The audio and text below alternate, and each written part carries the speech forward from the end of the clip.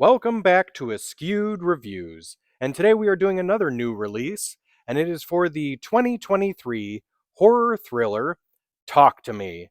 And as a heads up, there probably will be spoilers. Here is your trivia question for today. What movie project were the directors of this film offered but turned down to do this film? The answer will be at the end of this video. At the beginning of our film, we meet Mia. Mia, unfortunately, has had to deal with the fact that her mother passed away suddenly. She lives with her father, Max. Now, Max, unfortunately, is a bit distant ever since the death of his wife. So, because of this, Mia primarily hangs out with her best friend, Jade. In fact, most of Jade's family have pretty much accepted her as part of the family, including her brother Riley and their mother, Sue. So, Jade's friend Haley is throwing a party, so Mia, Jade, and Riley decide to go. So at the party, there are a bunch of kids there, and they all are there to either observe or be part of a particular game. And also, in one of the most Gen Z scenes I've ever seen, everyone is bringing out their phones to record what happens. So Haley then explains the rules of the game. First, a porcelain hand with all sorts of writing on it is placed on the table. Then a candle is placed down. Apparently, when you light the candle, it opens the door, and when you blow it out, it closes it. The next rule is that you have to be strapped down to a chair. The next part is when it gets really interesting. You reach out and you clasp the hand, and you say the words, "Talk to me." A spirit will then show up in front of you. And then it gets really weird as you then tell the spirit, "I let you in." So after seeing someone else do it, Mia decides that she has to have a turn.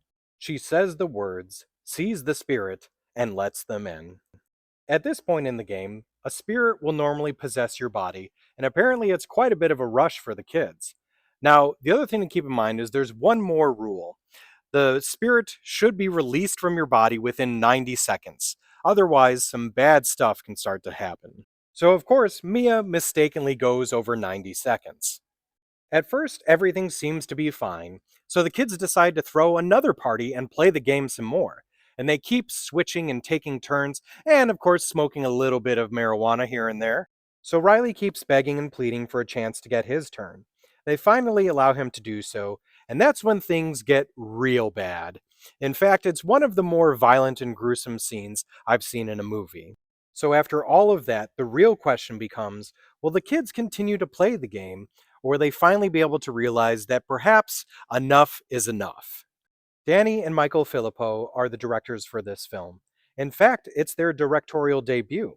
The movie was entirely filmed in Australia, and the directors have even stated that they are committed to filming all of their movies in Australia going forward.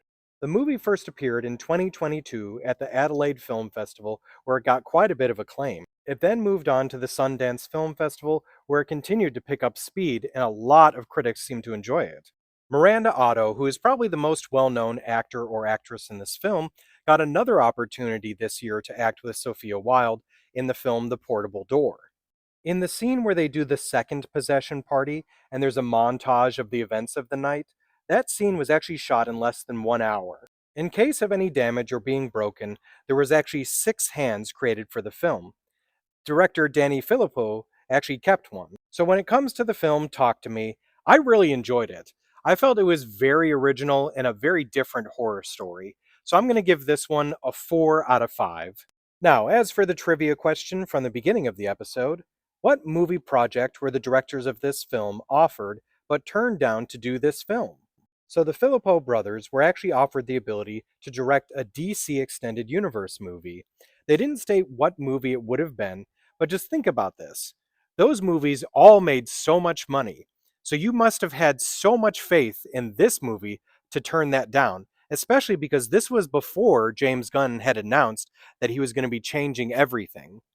I hope you enjoyed this episode of Askewed Reviews. If there's a movie you'd like to see get a review, just mention it in the comments. And as always, like, comment, share, and subscribe.